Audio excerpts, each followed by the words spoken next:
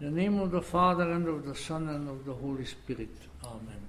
Owing to the special ceremonies of Candlemas, our service is a little bit longer, and so if I can restrain myself, I could make our homily a little bit shorter. But I would like to do that. Whether I succeed or not, you shall see and hear.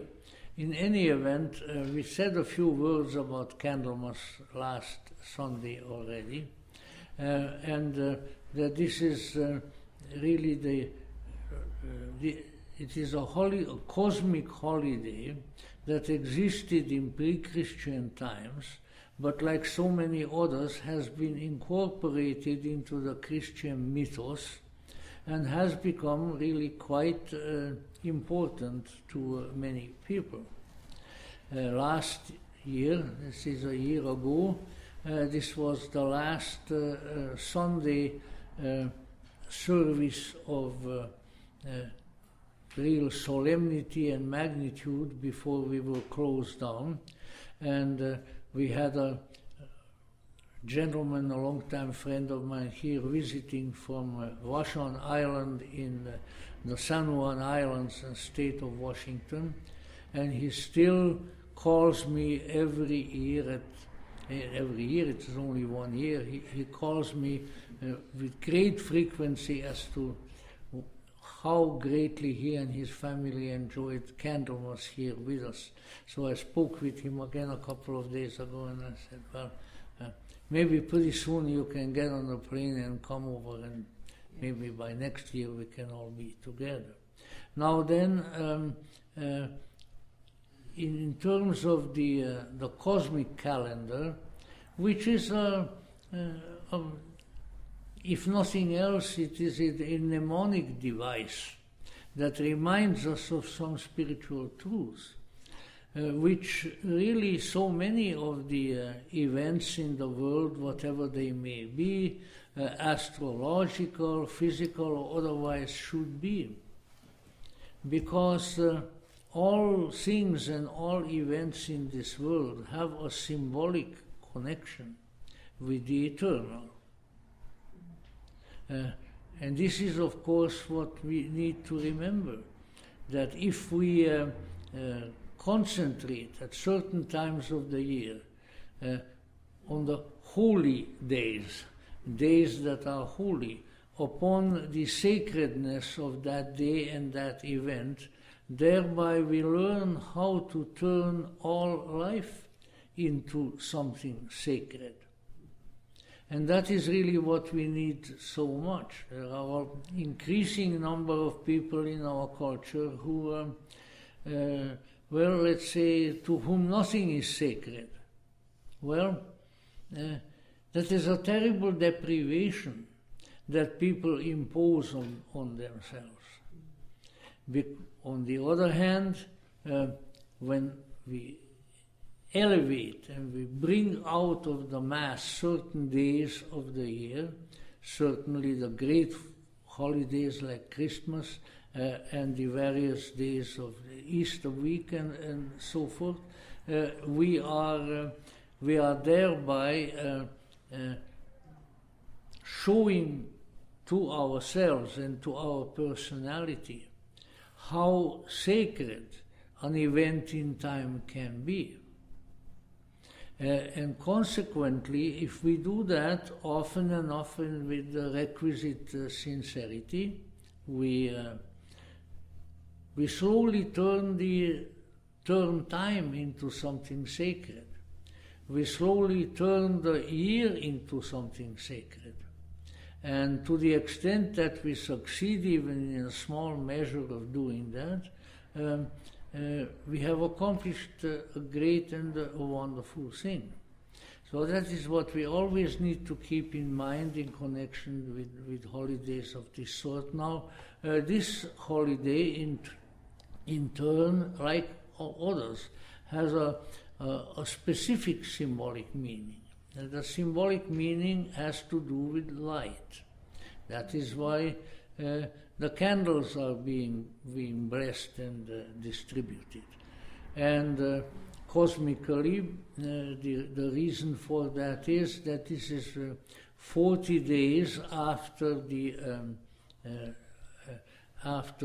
winter solstice, and it has been regarded anciently as the time when the light returns.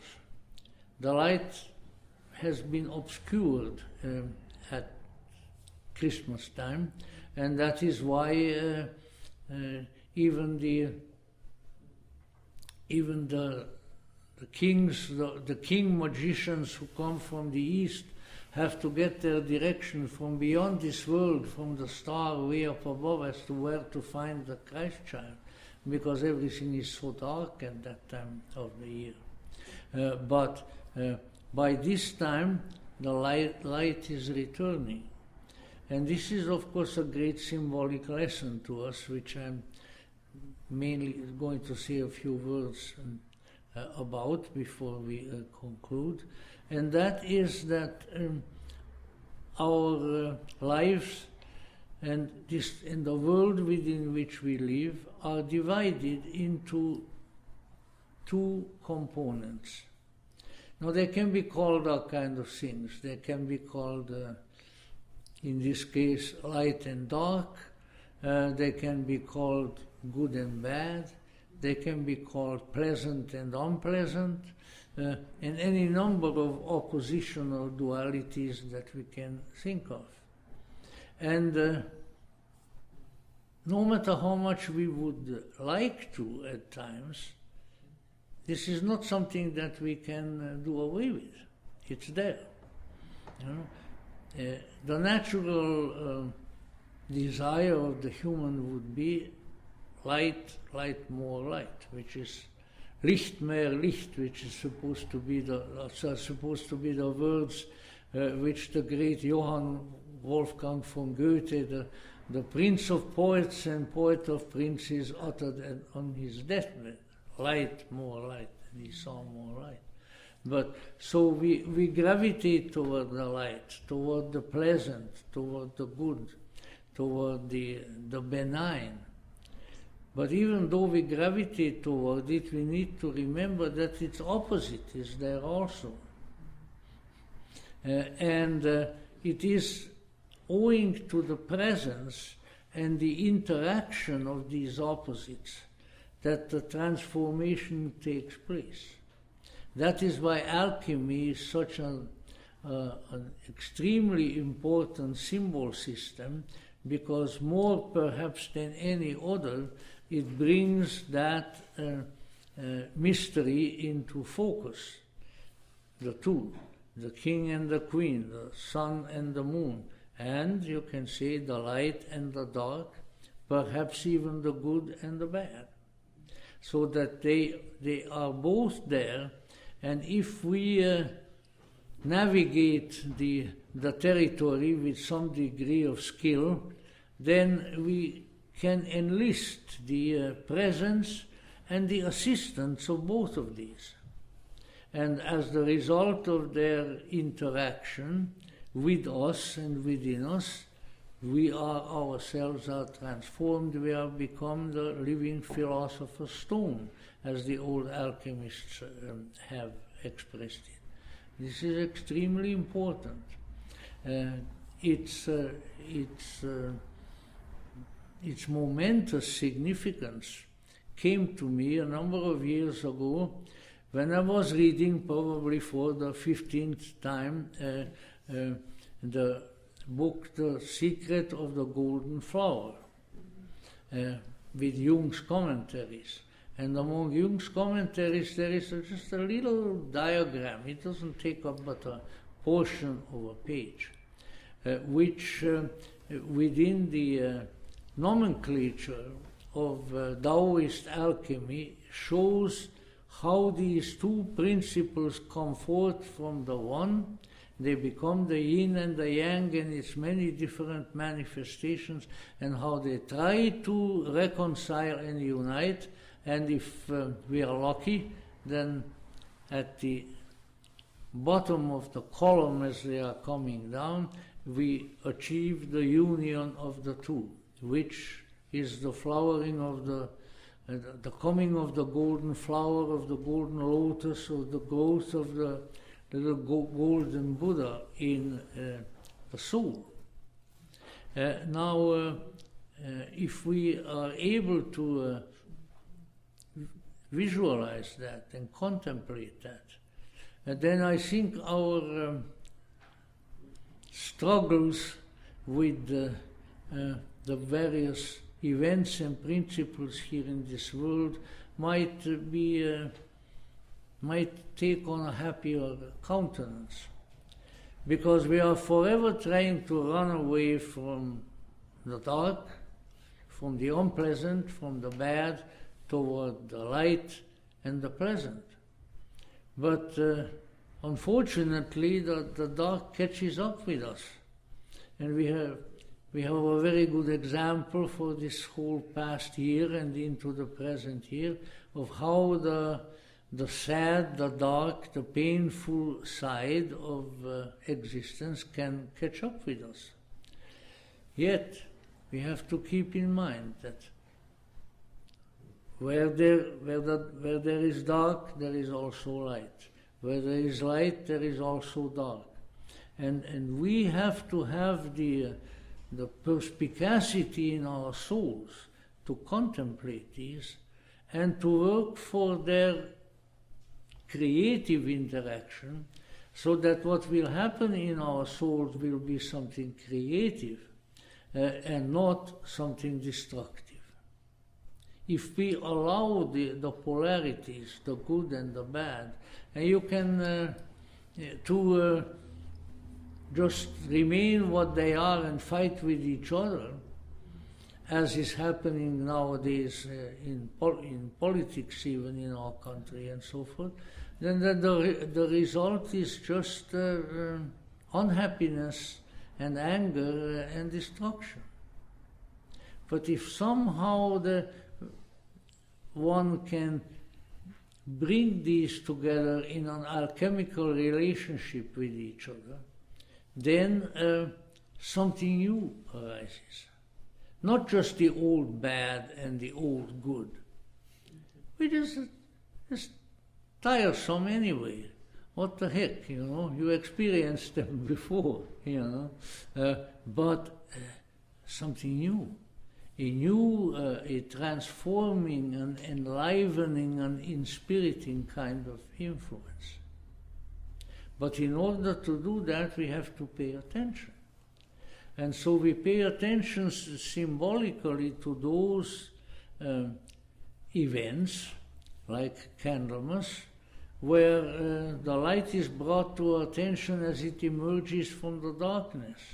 Even the sort of trivial and childish folk customs, like this some kind of peculiar archetypal rodent that people talk about here, who is groundhog, who presumably comes forth on Candlemas Day, on the 2nd, because that is the actual day, and then he does various things with his shadow and so forth. In any event, there are all kinds of stories, but they still all indicate really how we look for the light, how we can combine the dark with the light and thereby go on our way to something greater, to the light beyond all lights, to the truth beyond all truth, and indeed beyond this world, beyond that which is manifest. So when you get a chance and you find that, it's a small book, really lovely little book by Richard Wilhelm, the great sinologist, Chinese scholar, and his friend Carl Jung, called The Secret of the Golden Flower, then particularly look through Jung's essay there and look at that diagram. It may not enlighten everyone, but I know one other person over in England at this time to whom it has that book has created a great revelation, and who in turn has helped us to so many revelations, and that's Dr. Sonu Shamdasani. Because Sonu Shamdasani became enraptured with Jung, and Jung, who obviously was not on earth by that time, became his guru when he read The Secret of the Golden Flower. He said, this is the man. I don't have to go to India. I don't have to go guru shopping, which was a pursuit of people in the 60s and in the 70s. I've got him. He's right here.